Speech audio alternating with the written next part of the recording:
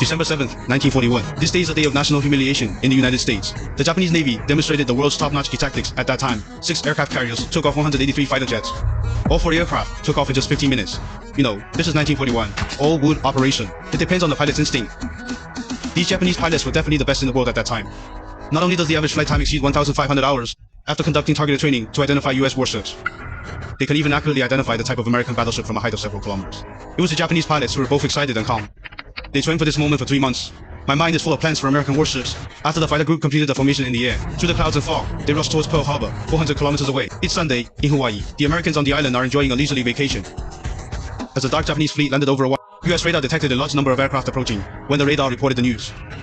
The superiors mistook it for their own B-17 bomber that flew from the mainland. As a result, the last opportunity for air defense was lost. It's not American stupidity. This arrogance comes from absolute confidence in one's own strength. After all, in this part of the Pacific Ocean, who dares to touch America? This mentality allowed Americans to close the final escape door with their own hands. There's a very artistic scene in the movie, on the back slopes of Oahu. A little boy and a little fat man stared at the low-flying Zero fighter. They were the code names for the 2 atomic bombs that bombed Japan 4 years later. The Japanese pilot looked at the Americans on the ground, showing the excitement of about to go on a killing spree.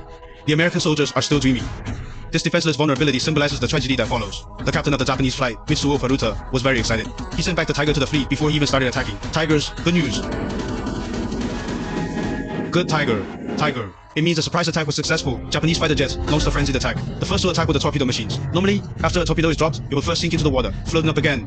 But Pearl Harbor was shallow. After the torpedo is dropped, it is easy to insert into the silt on the seabed, turn into a squib. The Japanese succeeded in their surprise attack. It's got a wooden tail fin on the back of the torpedo. This allows you to control the depth of entry into the water. The refinement of details became a nightmare for American sailors. Pearl Harbor was ablaze with fire, and then the Zero arrived at Pearl Harbor. Their main task is to strafe American fighter jets and anti-aircraft guns with machine guns, responsible for suppressing US warships and laying anti-aircraft artillery fire. It's a one-sided harvest. After clearing the obstacles, they were attacked by dive bombers and horizontal bombers. Their goal was to destroy American aircraft carriers and battleships, because the 3 US aircraft carriers are not in port. 8 battleships were the target of the Japanese frantic attack. The Japanese plane dropped an armor-piercing bullet weighing 800 kilograms from an altitude of 3,000 meters, hit the foredeck of the USS Arizona with precision. It happened to fall into the warship's ammunition depot. As the delay fuse stops, the Arizona, with a displacement of nearly 40,000 tons, was blown up in the waist. 680,000 liters of fuel were instantly ignited. The fire of the Arizona burned for 2 days. It was the only battleship to be completely sunk. 177 Americans on board were killed. This accounts for half of the total number of people killed at Pearl Harbor. When the battleship sank, there were nearly 1,000 people alive inside, struggling to their death. Until today, the hull of the Arizona is still underwater. The Americans built a memorial to Alexander underwater. Most of the battleships were bombed by 3 or more bombs, but not all of the Japanese bombs hit the critical location. Basically, the hull was blown open and then poured into seawater to tilt, but Pearl Harbor was shallow, easy to salvage. Eventually, 6 warships were restored and returned to the battlefield. 2 Japanese dive bombers hit the deck like a battleship at 400 kilometers per hour to 250 kilogram bombs. The superstructures of the battleships, Maryland and Tennessee, were severely damaged.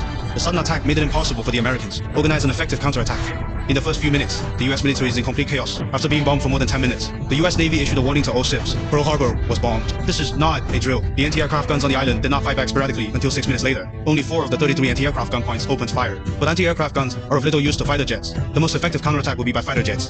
But the well-planned Japanese wouldn't give them a chance to take off. 5199 bombers pounced on the airport with 250 kilograms of bombs. Their mission is to suppress American fighter jets with the Zero.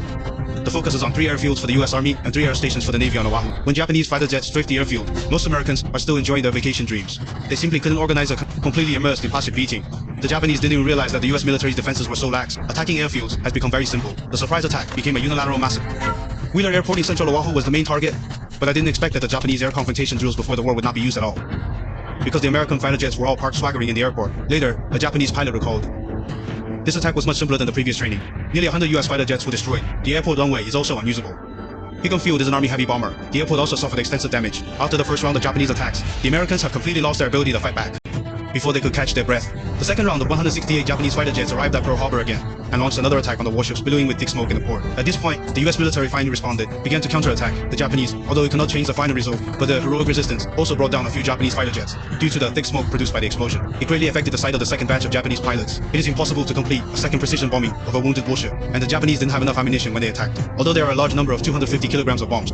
But what can really kill warships are torpedoes and 800 kilograms of bombs. The Japanese only had a total of 40 torpedoes, 49 800 kilogram armor-piercing bullets.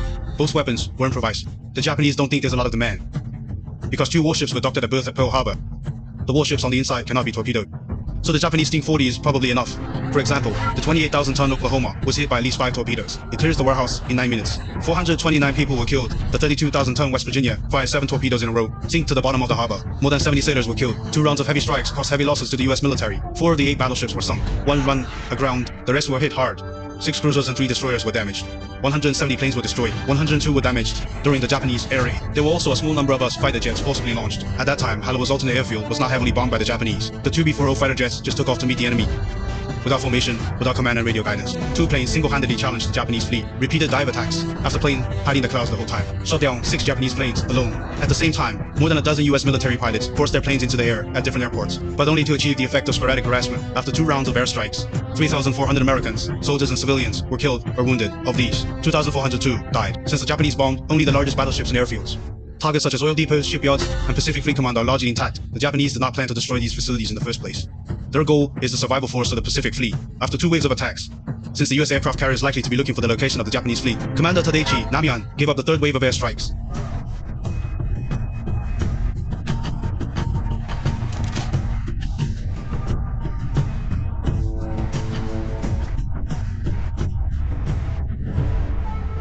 He thought he would bring back such a perfect victory. You can definitely make a beautiful difference. Many people think Nanyuan is indecisive. If he blows up the oil depot, blow up the dock, the Pacific War is likely to continue for several more years. But Nanjun, as a traditional naval general, his logic was that my task was done. In addition to not knowing the location of the 3 US aircraft carriers, once discovered, the Japanese fleet could be devastated. His greatest responsibility was to bring the 6 aircraft carriers back to Japan in one piece. Because before we leave, Nagano, the commander-in-chief of the military command department, trained himself, and we're not.